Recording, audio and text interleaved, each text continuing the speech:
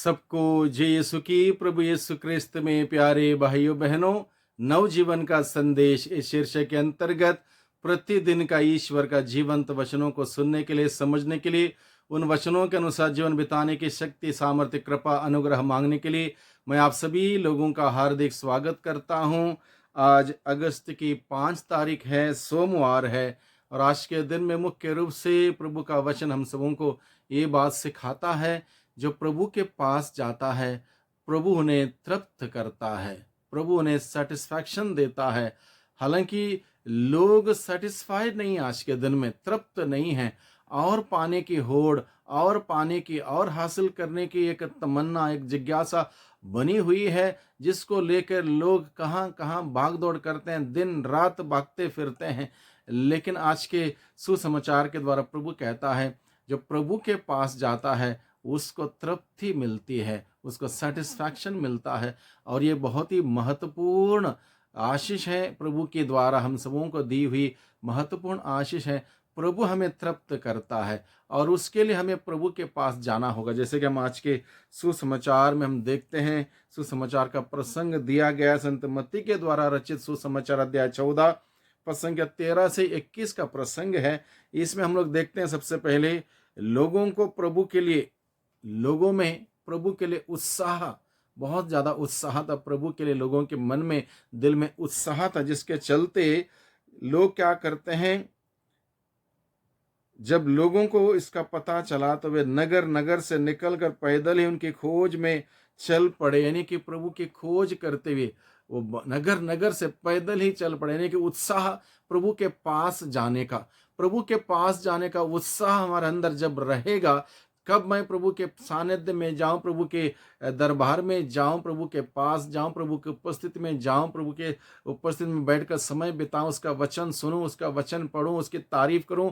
उसकी भजन कीर्तन करूं, उसका जय जयकार करूं। जब इस प्रकार की मनोभाव हमारा होगा, इस प्रकार की एक तमन्ना, जिज्ञासा होगी, तब वहां पर आशीषें बहने शुरू होती हैं, वहां पर प्रभु की आशीष हमें प्राप्त होने लगती है। जब लोगों ने इस प्रकार का उत्साह दिखाया प्रभु के पास जाने के लिए, तब लोगों की जब भीड़ देखी प्रभु यीशु ने, प्रभु यीशु को लोगों को देखकर तरस आया। ईश्वर की विशिष्ट क्वालिटी है, एक विशिष्ट प्रभु की एक एक क्वालिटी है, तरस खाना, लोगों पर तरस हो आना। और प्रभु को लोगों को देखकर तरस आया, यानी कि तरस आने का मतलब है गहरा प्यार व्यक्त करना, प्रकट करना। और प्रभु को जब तरस आता, प्रभु उनके लिए कुछ करता। और यहाँ पर प्रभु ने इस मौके पर क्या किया, लोगों को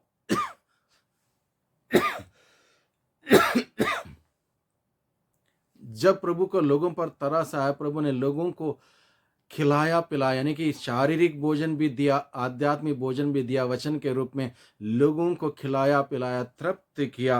और इस प्रकार से लोग प्रभु के पास आने से तृप्ति पाए, प्रभु के पास आने से तृप्ति पाए। और ना केवल प्रभु के पास आने से तृप्ति पाए, बल्कि उनके पास बहुतायत में बच गया। यानी कि प्रभु जब हमें देता है, बहुत ज्यादा हमें देता है, हमारे जरूरत से भी ज्यादा हमें देता है, यानी कि बहुतायत से देता है।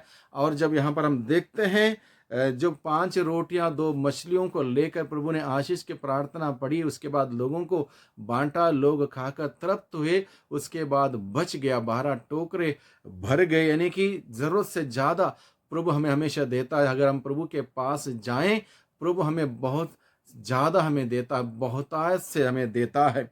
इसलिए जरूरी यह है, हमारे पास जो कुछ भी है उस पर प्रभु की आशीष होना जरूरी है, प्रभु की आशीष होना जरूरी है।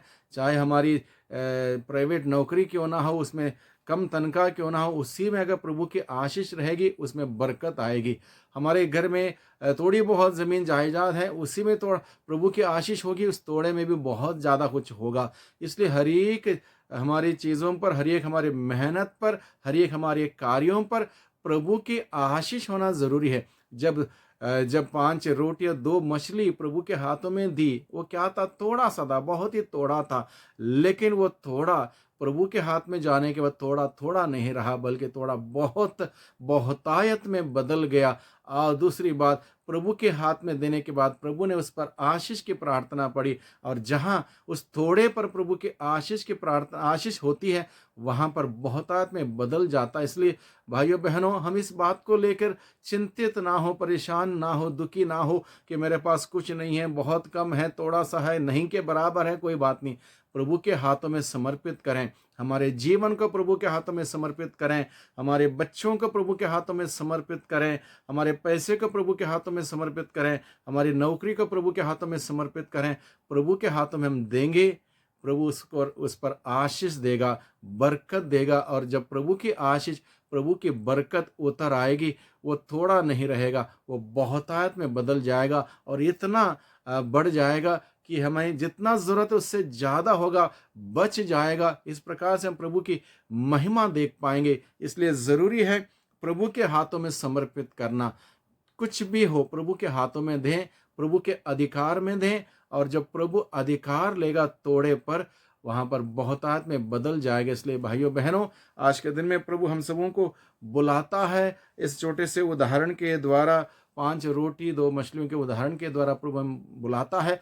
हमारे हाथ में जब तक हम रखेंगे वो थोड़ा ही रहेगा, लेकिन वो थोड़ा हमारे हाथ से प्रभु के हाथों में सौंप देंगे, वो थोड़ा बहुतायत में बदल जाएगा। इसलिए जो कुछ भी मेरे पास है, हमारे पास है, हम प्रभु के हाथों में रखें और प्रभु उसको बदल देगा, बहुतायत में बदल देगा, और हमें मिल जाएगा, ज़रूरत से ज़्यादा हमारे पास होगा। इस प्रकार से प्रभु हमें संतुष्टि देगा, प्रभु हमें खुशियाँ देगा, प्रभु हमें सैटिस्फैक्शन देगा, तृप्ति देगा। ये बहुत ही महत्वपूर्ण है, तृप्त होना। आज के दिन में लोग तृप्त नहीं है, तृप्त होना आज के दिन में लोग तृप्त नहीं है।